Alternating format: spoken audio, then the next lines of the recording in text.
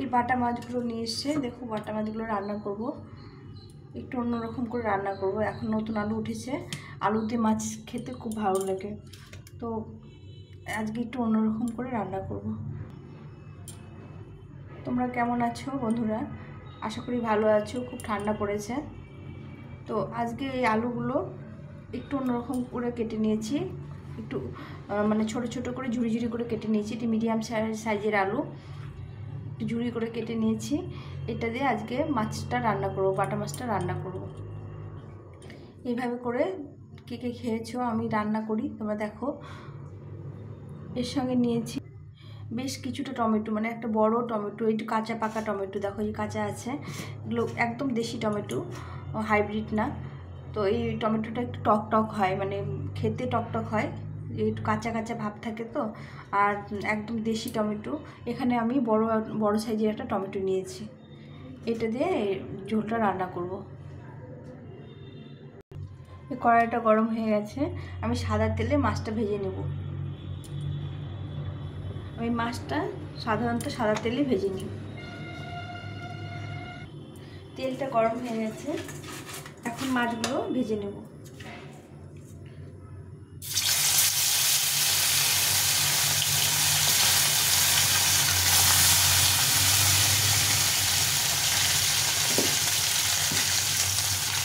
মাছগুলো ভালো করে ভেজে নিই।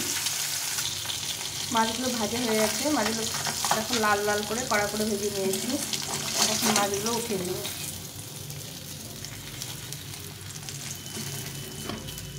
মাছগুলো সব ভেজে নিয়েছি।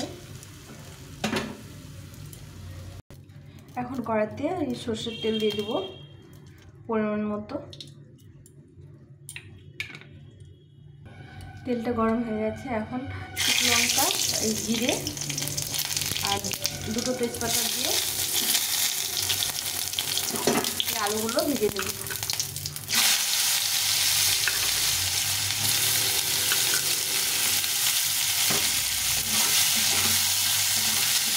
আলুগুলো একটু ভালো করে ভেজে নিতে হবে, লাল লাল করে ভেজে নিতে হবে। এই আলুটা ভাজা হয়ে গেছে, দেখো সুন্দর করে আলুটা ভেজে নিয়েছি। এখন এর মধ্যে এই বাটা মশলাটা দিয়ে দেবো, আদা জিরে লঙ্কা বাটা আছে, বাটা মশলাটা দিয়ে দেবো। দিয়ে এর মধ্যে দিয়ে দেবো লবণ স্বাদ মতো, আর হলুদ দেবো পরিমাণ মতো, হলুদ দেবো। দিয়ে এখন এই বাটি দিয়ে জলটা দিয়ে কষিয়ে দেবো।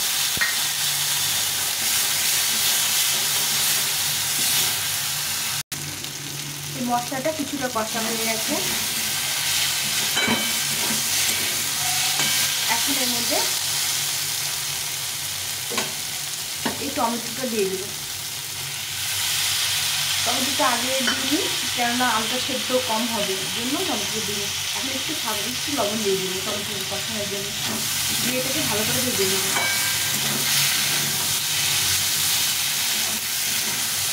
এই তরকারিটা লুচি পরোটা বা ইয়ের সঙ্গেও ভালো লাগে, এটা এরকম কষা কষা তরকারি করলে।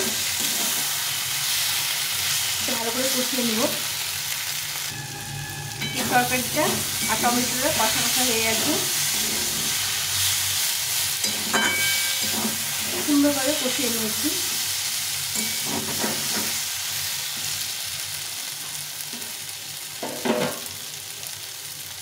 এখন এই জল ফুটিয়ে রেখেছি, এই জলটা দিয়ে দেবো। জল ফুটিয়ে রান্না করলে রান্নাটা খুব ভালো হয়, মানে স্বাদ হয় খুব, আর তরকারিটাও ভালো সুসিদ্ধ হয়। এইভাবে করে একবার রান্না করে খেও তোমরা, খুব ভালো লাগে। একটু কাঁচা পাকা টমেটো নিতে হবে, মানে টমেটোটা যেন একদম গলে না, মানে পাকা না হয়। আর একটু ঝোল দিয়ে দেবো।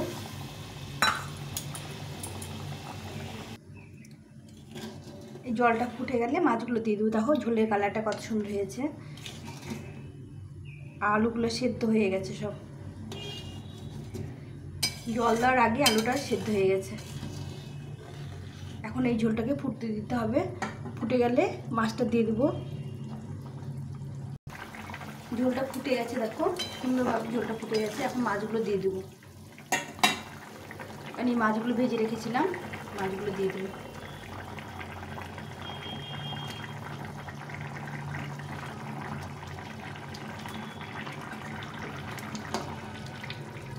মাছগুলো ভালো করে ফুটে গেলে ঝোলটা নামিয়ে দেবো।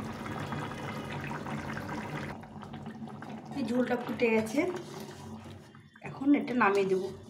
এইভাবে ঝোল করে খেয়েও খুব ভালো লাগে খেতে, মানে খুবই সুন্দর লাগে। দেখো গামাখা গামাখা এরকম করে, ঝোলটা খুব একটা হবে না,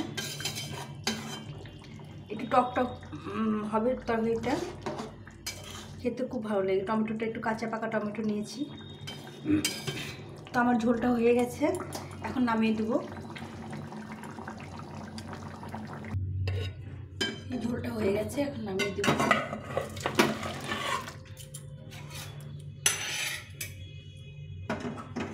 তো বন্ধুরা, পেঁয়াজ রসুন ছাড়াও এইভাবে তরকারি রান্না করলে খুব ভালো লাগে খেতে। তো তোমাদের কেমন লাগলো রেসিপিটা অবশ্যই কমেন্ট করে জানিও। আর ভালো লাগলে লাইক শেয়ার সাবস্ক্রাইব করে পাশে থেকো, আর ছোট্ট একটা কমেন্ট করে দিও যে কেমন হয়েছে। এভাবে করে তোমরা রান্না করে খেয়েও খুব ভালো লাগে। তো আমার আজকে এই পর্যন্তই। তোমরা ভালো থেকো, সুস্থ থেকো, টাটা।